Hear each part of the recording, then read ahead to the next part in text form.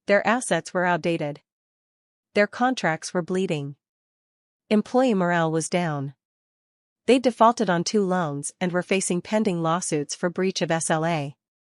I scrolled to the last page. CEO, Nathan Conway. Still there. Still on the throne he was handed, never earned. I should have felt triumphant. But all I felt was quiet clarity. He hadn't built anything. He had simply inherited it, and failed to evolve. I leaned back in my chair, watching the Singapore skyline flicker against the bay. 12 years ago, they told me I didn't belong. That I didn't understand business. That I thought too big. Now? I owned routes their company couldn't even access. My firm had absorbed 2 of their former clients last quarter alone. And now, fate was handing me something better than revenge. An opportunity. To not just prove them wrong, but to take everything they thought I couldn't handle, and make them answer to me. I took back everything they denied me. It had been 12 years since I walked out of that house with nothing but a suitcase, a second-hand laptop, and a fire in my chest they didn't even see burning. Now, I was coming back not for closure, not for forgiveness, but for control. No fanfare. No headlines.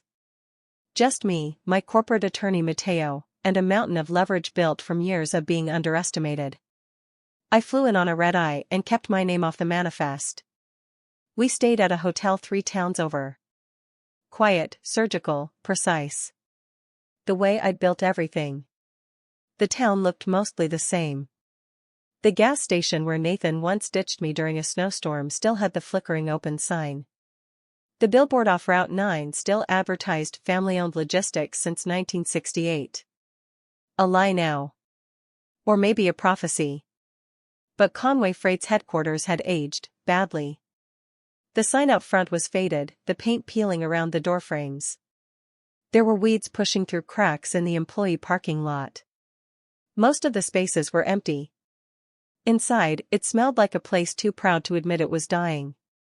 My first stop wasn't the office. It was the bank. The regional vice president all but jumped when he saw my offer packet. They'd been sitting on a time bomb. Conway Freight had defaulted on 2 commercial loans. Their operating margin was negative. Staff morale was in the gutter. Clients were pulling out of multi-year contracts. Nathan had tried to implement new systems using consultants who didn't understand freight, and it backfired, hard. Delays, customer churn, lawsuits. Do you want time to consider? I asked, even though I knew the answer. The VP shook his head. Frankly? You're the lifeline. When I submitted the offer, I didn't haggle. I didn't lowball. Because I wasn't here to play a game. I came to win cleanly. Within 5 days, the board approved the acquisition. Most of them didn't even ask for a call, they just wanted out. To them, I wasn't Juliette Conway, the girl who was told to sit quietly and stay out of business matters. I was a force with cash flow, vision, and an empire of her own. They saw an investor. Not a daughter. Perfect. The moment Nathan saw the paperwork, he came barreling into what used to be his office. Now it was mine. He didn't knock. You think this is funny? He snapped, throwing the folder onto the desk like it was radioactive. Buying the company out from under me like it's some kind of joke? I stayed seated, calm, tapping my pen once against the legal pad in front of me. It's not a joke, I said. It's a business. One that I now own. He stared at me like he was still trying to process how I got past security. This is our family's company. Correction, I said, flipping to the signature page, it was. Now, it's a subsidiary of JGL Global Holdings. He scoffed. Dad would. Dad's not on the board anymore. He sold off his shares 2 years ago, remember? To cover that failed warehouse expansion in Michigan. His face reddened. I kept my voice even. You'll find your new responsibilities outlined in that folder. You'll report directly to me from now on. You can't do this. I already did. He stood there for a second too long, fists clenched, jaw tight, then kicked the chair and stormed out. I didn't stop him. I didn't raise my voice. I didn't even watch him go. Let him rage. Let him seethe. I had bigger things to do. Later that day, I sat alone in the same glass-walled conference room where I was once told, kindly, firmly, to stay in my lane. I was 18 then. I'd brought printed slides and a proposal about digitizing warehouse routes. Nathan laughed. Dad gave me a pat on the shoulder and told me to let the men talk. Now, there was no one else in the room. Just me. And silence. I stood, walked slowly to the head of the table, and sat in the chair Nathan used to occupy like a throne. The leather creaked under me. I folded my hands, breathing in. This wasn't about revenge. Not exactly. It was about presence. About becoming undeniable in the space I was once erased from. I looked around that room, at the faded posters, the whiteboard scrawled with half-finished budgets, the dusty plaque bearing my grandfather's name. This wasn't a victory lap. This was reclamation. They didn't give me a seat at the table. So I bought the table, and made them sit across from me. I rebuilt what he ruined. Now, the walls echoed with silence. But not the kind I used to sit through, the silence of dismissal, of being spoken over, of being tolerated but never heard. This silence belonged to me. I thought I'd feel victorious. Triumphant. Maybe even vindicated. But instead, I just felt, resolved. Not bitter. Not smug. Just clear.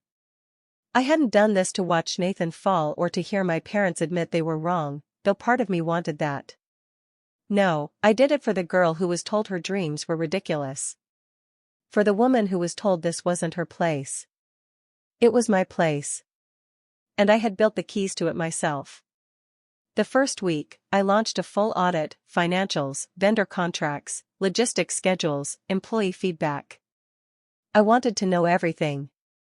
I didn't walk in assuming I had all the answers. I walked in knowing Nathan hadn't even bothered to ask the right questions. What I found was worse than expected. He'd sunk hundreds of thousands into a logistics app his cousin developed, an amateur mess that barely functioned.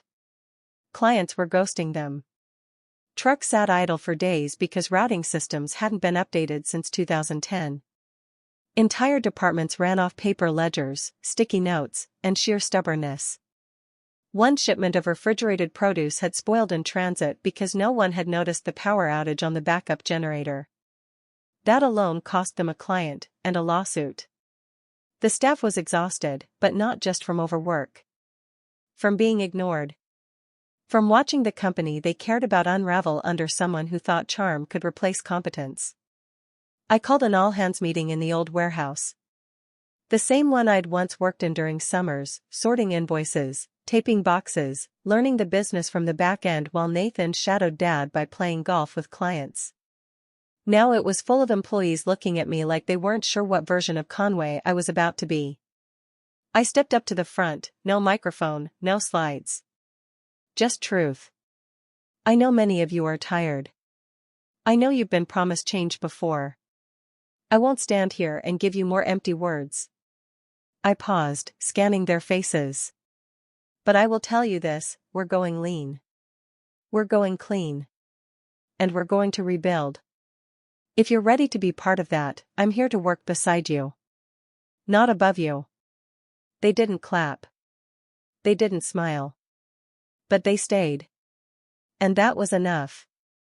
Over the next month, I kept only those who were willing to adapt and eager to contribute, regardless of title, seniority, or last name.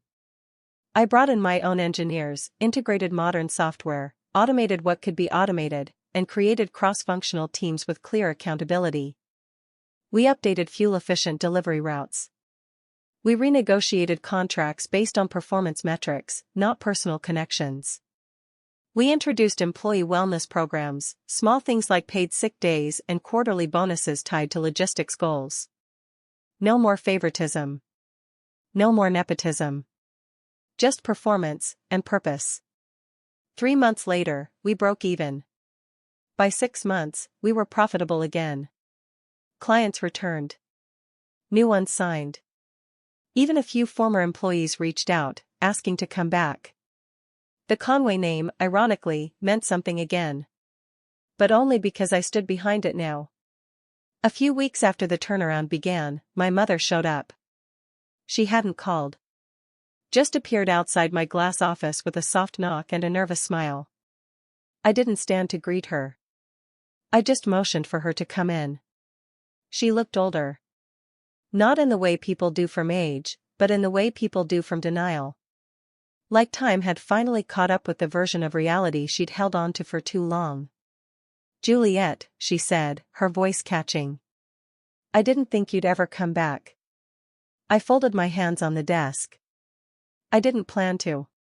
She sat down across from me like the seat might disappear if she moved too fast. She looked around, as if seeing the office, really seeing it, for the first time. "Your father," he was set in his ways. "We didn't know how to support you." I wanted to ask why that had been enough of an excuse. Why she never pushed back, even once. Why she watched me shrink and called it love. But I didn't. Because I didn't need her answers anymore. "You didn't try," I said, my voice steady. "You made it easier for him to keep ignoring me. And then you told me I was difficult when I stopped playing along." She looked down. Her hands twisted in her lap. "I'm proud of you," she whispered. "You don't get to be," I said. Not harsh, just honest. "You weren't there for the building. You don't get to celebrate the view." She didn't respond. There was nothing left to say. I offered her a retirement package, generous, clean, and free of sentiment. She took it and left quietly, just like I had, all those years ago. But the difference was, I wasn't running away. I was running everything now. "You didn't try," I said, not cruelly, just, honestly. The kind of truth you carry for years before you say it out loud. My mother stared down at her hands, twisting the gold ring she never took off. "Nathan's not taking this well." I held her gaze. I didn't take being dismissed for 28 years very well either. But I adapted. She opened her mouth like she wanted to defend him, or herself, but the words never came. I didn't press her. I was past the need to drag apologies out of people who couldn't see what they'd done. "I'm not angry, Mom," I said quietly. "I'm just done playing small so everyone else can feel big." She nodded. Not with understanding, but with something closer to resignation. There were no tears. Just silence. The kind that fills a room and lingers long after the door closes. I offered her a retirement package, health care, a quiet property near the coast, and nothing that required her to answer to anyone. It was fair. Dignified. Detached. A clean end to a story I never got to write as a child, but I was writing now. I never did return to the house I grew up in. But one night, I drove past it. The porch light was off. The garden was wild and overrun. The driveway cracked with weeds pushing through the concrete. It looked smaller than I remembered. Shrinking in the rearview mirror as I pulled away. Funny how places shrink when you outgrow the people inside them. A year later, I was speaking at a Global Women in Business Summit in Lisbon. Someone in the audience, a young founder, bright-eyed and hungry, asked what had driven me all those years. I smiled and said, "They told me I dreamed too big. So I built an empire, and came back with the deed." Laughter broke out across the room. I laughed too. Not because it was funny. But because it was finally, beautifully, true. Some people burn everything down to get even. Me? I built something untouchable. And that burned cleaner. If you've made it this far, thank you, for listening to the story I was never allowed to tell growing up. For hearing the voice I had to fight to reclaim. I want to hear from you now. What part of my journey resonated with you the most? Have you ever been underestimated, overlooked, or told your dreams were too big? Drop a comment below, I read them all, and your words matter. Whether you're just beginning to dream or already on the road to building something of your own, I want the space to be one where you feel seen. And if you're in that place I once was, invisible, passed over, quietly shrinking to make room for others, I want you to know something. You don't need permission to take up space.